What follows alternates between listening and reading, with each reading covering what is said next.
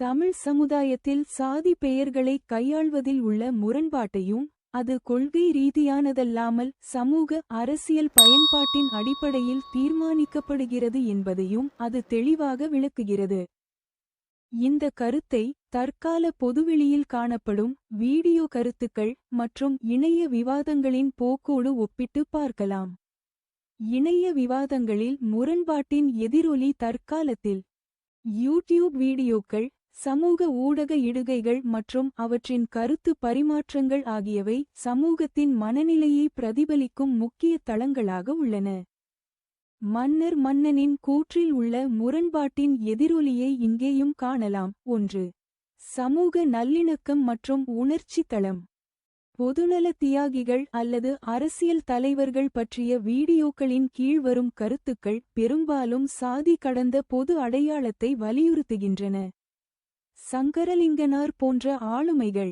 இவர்களை பற்றிய வீடியோக்களின் கீழ் தியாகி, உண்மையான தமிழன், பெருமைமிகு தலைவர் போன்ற பொது அடையாளங்களே அதிகமாக பயன்படுத்தப்படுகின்றன.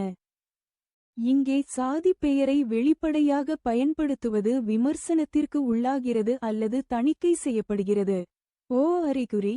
இந்தச் சூழலில் சாதி பெயர் நீக்கம் என்பது முற்போக்குச் சிந்தனை மற்றும் பொது நல்லிணக்கத்திற்கான சமூக அழுத்தத்தின் அறிகுறியாக உள்ளது.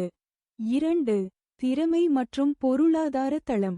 வரலாற்றுச் சாதனையாளர்கள், கண்டுபிடிப்பாளர்கள் அல்லது தொழில்முனைவோர் பற்றிய வீடியோக்களின் கீழ்வரும் கருத்துக்களில் சாதி அடையாளம் நீக்கப்படுவதில்லை, மாறாக அது அடைமொழியாக பயன்படுத்தப்படுகிறது. ஜி.டி. நாயுடு போன்ற ஆளுமைகள். இவர்களை பற்றிய வீடியோக்களின் கீழ் நாயுடு சமூகத்தின் பெருமை, எங்கள் ஊர் நாயுடுவின் சாதனை. தேவர், கவுண்டர், நாடார், செட்டியார் சமூகத்தைச் சேர்ந்த போன்ற சாதி அடைமொழிகள் இயல்பாக பயன்படுத்தப்படுகின்றன. இது பாராட்டு அல்லது பெருமையின் வெளிப்பாடாக அமைகிறது. அறிகுறி. இந்தச் சூழலில் சாதி பெயர் நிலைத்திருப்பது பொருளாதார ரீதியான பெருமிதம் மற்றும் சாதி அடிப்படையிலான பிணைப்பை காட்டுகிறது. திறமைக்கான பாராட்டு சாதி அடையாளத்தை பலப்படுத்தவே உதவுகிறது.